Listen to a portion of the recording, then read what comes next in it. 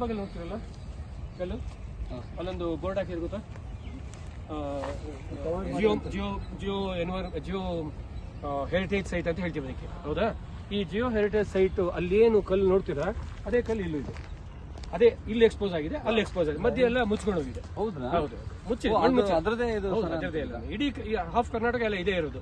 ಅದರಿಂದ ಟವರ್ ಕಟ್ಟಿದ್ರಲ್ಲ ಅದೇ.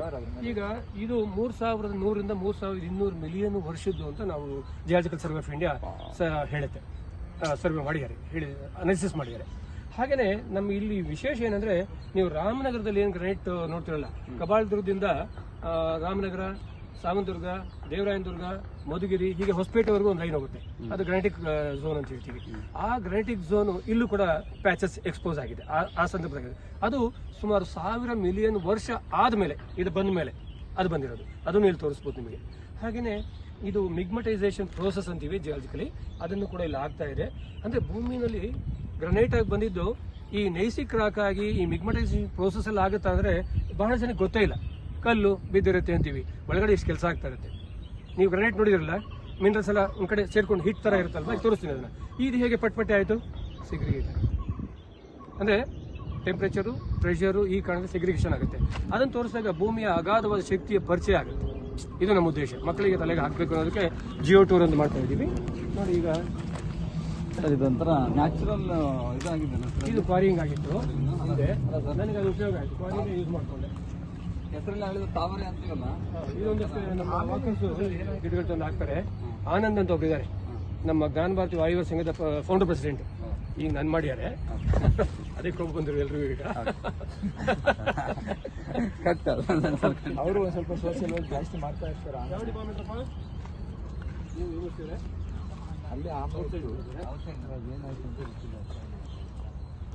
ಬನ್ನಿ, ಇಲ್ಲೊಂದು ಸ್ವಲ್ಪ ವಾಪಸ್ ಬಳ್ಳಿ ಇದೆ ನೋಡಿ. ಅದು ಹಣ್ಣು ತಿಂದಿದ್ದೀರಾ? ಎಕ್ಸ್ಪ್ಲೈನ್ ಮಾಡ್ತಾ ಇದ್ದೆ. ಒಂದು ಹಣ್ಣು ಬಿಟ್ಟಿತ್ತು, ಒಂದು ಹುಡುಗಿ ಹಳ್ಳಿ ಕಡೆ ಒಂದು ಹುಡುಗಿ ಹಿಂಗ್ ತಗೊಂಡು ಸುಲಿದ್ಲಪ್ಪ. ಆ ಹುಡುಗ ಒಬ್ಬ ಬಾಯಿ ಹಾಕ್ಬೇಡ, ಅವ್ನಿಗೆ ಅಷ್ಟು ಆಸೆ ಆಗ್ಬಿಟ್ಟು ನೋಡಿ. ಇದು ನಿಮ್ಮ ಗ್ರಾನೈಟಿಕ್ ಕಲ್ಲು. ಇದಕ್ಕೂ ಇದಕ್ಕೆ ವ್ಯತ್ಯಾಸ ಕಾಣ್ತಾ ಇದೆಯಾ? ಇದು ಕೂಡ ಒಂದು ಕಾಲದಲ್ಲಿ ಹಿಂಗೆ ಇತ್ತು ಅಂತ ನಂಬ್ತೀರಾ? ನಂಬಿಕೆ ಬರುತ್ತಾ? ನೋಡಿ, ಇಲ್ಲಿ ಮಿನರಲ್ಸ್ ಎಲ್ಲ ಒಂದ್ ಕಡೆ ಸೇರ್ಕೊಂಡಿದೆ ಅಲ್ವಾ? ಇಲ್ಲೂ ಸೇಮ್ ಇರೋದೆ, ಕ್ವಾರ್ಟ್ಸು, ಫೆಲ್ಸ್ಪಾರು, ಮೈಕಾ, ಅದೇ ಮಿನರಲ್ಸ್ ಇರೋದು. ಇಲ್ಲೂ ಅದೇ ಇರೋದು. ಆದ್ರೆ ಇಲ್ಲಿ ನೋಡಿ ಸೆಗ್ರಿಗೇಟ್ ಆಗಿದೆ. ಕ್ವಾರ್ಟ್ಸೇ ಒಂದ್ ಕಡೆ, ಫೆಲ್ಸ್ಪಾರೇ ಒಂದ್ ಕಡೆ, ಮೈಕಾನೇ ಒಂದ್ ಕಡೆ. ಆ ಕಪ್ಪಿರೋದು ಬಯೋಟೈಟ್ ಮೈಕಾ ಅಂತ ನೀವು ಕಾಗೆಬೆಂಡ ಅಂತಿರಲ್ಲ, ಅದು. ಹೀಗೆ ಭೂಮಿನಲ್ಲಿ ಈ ಕ್ರಿಯೆ ಆಗ್ತಾ ಇದೆ. ಇದು 3200 ಮಿಲಿಯನ್ ವರ್ಷ ಅಂತ ಹೇಳಿದ್ನಲ್ಲ, ಕರ್ನಾಟಕದಲ್ಲಿ ಅರ್ಧ ಕರ್ನಾಟಕ ತುಂಬಿಕೊಂಡಿದೆ. ಇದು ಅಲ್ಲಲ್ಲೇ ಪ್ಯಾಚಸ್ ಇದೆ. ಈಗ ರಾಮನಗರದಲ್ಲಿ ನೀವೇನು ನೋಡ್ತಿರಲ್ಲ, ಶೋಲೆ ಶೂಟಿಂಗ್ ಎಲ್ಲ ಆಗಿದೆಯಲ್ಲ, ಅವೆಲ್ಲವನ್ನು ಗ್ರಾನೈಟಿಕ್ ಹಾಕಿದೆ. ಇದು ಆ ಕಾಲಘಟ್ಟದಲ್ಲೇ ಒಂದಷ್ಟು ಕಡೆನೂ ಆಗಿದೆ. ಅದರಲ್ಲಿ ಇದು ಒಂದು ಪ್ಯಾಚ್ ಇದೆ. ಇದು ಕೋಲಾರವರೆಗೂ ಹೋಗುತ್ತೆ. ಈ ತರ ಪ್ಯಾಚಸ್ ಸಣ್ಣ ಸಣ್ಣ ಪ್ಯಾಚಸ್, ಬಟ್ ಅದು ತುಂಬಾ ಮೇಜರ್.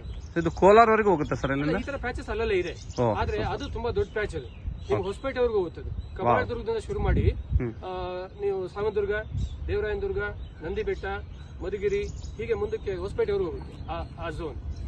ಈಗ ಅಲ್ಲೂ ಕೂಡ ನೀರು ಅನಾಲಿಸಿಸ್ ಮಾಡಿ ನೋಡಿದ್ವಿ.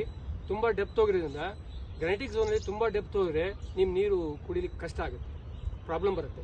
ಈಗ ಫ್ಲೋರಿಸಿಸ್ ಪ್ರಾಬ್ಲಮ್ ಕೇಳ್ತಾ ಇರಲ್ಲ, ಅವೆಲ್ಲ ಇದೇ ಕಾರಣ. ಅದಕ್ಕೆ ನಾನೇ ಹೇಳ್ತಾ ಇದ್ದೀನಿ, ಆದಷ್ಟು ಮೇಲ್ಮಟ್ಟದಲ್ಲೇ ನೀರಿನ ಇದು ಮಟ್ಟ ಅಂತೀವಲ್ಲ, ವಾಟರ್ ಟೇಬಲ್ ಅಂತಿಲ್ಲ, ಅದನ್ನ ಇಟ್ಕೊಳ್ಳಿ. ಒಂದು 200 ಅಡಿ ಒಳಗಡೆ ಇಟ್ಕೊಂಡ್ರೆ ನಮಗೆ ಬದುಕು ಸಿಗುತ್ತೆ. ನೀರು 3 ಕಿಲೋಮೀಟರ್ವರೆಗೂ ನೀರು ಸಿಗುತ್ತೆ, ಬಟ್ ಅದು ಕುಡಿಯಲು ಯೋಗ್ಯ ಅಲ್ಲ, ಕಾಯಿಲೆಗಳಿಗೆ ತೊಂದರೆ ಆಗುತ್ತೆ. ಆದಷ್ಟು ಮೇಲ್ಮಟ್ಟದಲ್ಲಿ ನೀರು ತುಂಬ್ಕೋಬೇಕು ಅಂದ್ರೆ ನಾವು ವಾಟರ್ ಮ್ಯಾನೇಜ್ಮೆಂಟ್ಗೆ ಕೈ ಹಾಕಬೇಕು.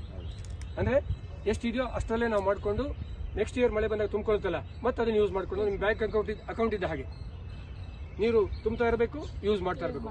ನಾನು ಮಳೆನೂ ಬರಲ್ಲ, ನಾನು ಎಲ್ಲಾ ಬೆಳೆನೂ ಇಡ್ತೀನಿ, ನಾನು ನೀರು ಸಿಗ್ತಾ ಇದೆ, ಬೋರ್ವೆಲ್ ಹಾಕ್ತೀನಿ, 1200 ಅಡಿ ಹೋಗಿದೀವಿ, 1500 ಹೋಗಿದೀವಿ, ಕೋಲಾರ ಕಡೆ 2000 ಹೋಗಿರ್ಬೇಕೇನೋ ಅಲ್ವಾ?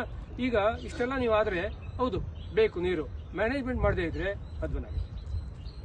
ಈಗಾಗಲೇ ಈಗ ನಾವು ಪೆನಾಲ್ಟಿ ಕಟ್ತಾ ಇದೀವಿ, ಅದನ್ನ ತಪ್ಪಿಸ್ಬೇಕು ಅಂತಾನೆ ನಾವು ಒಂದಷ್ಟು ಕೆಲಸ ಮಾಡ್ತಾ ಇದೀವಿ.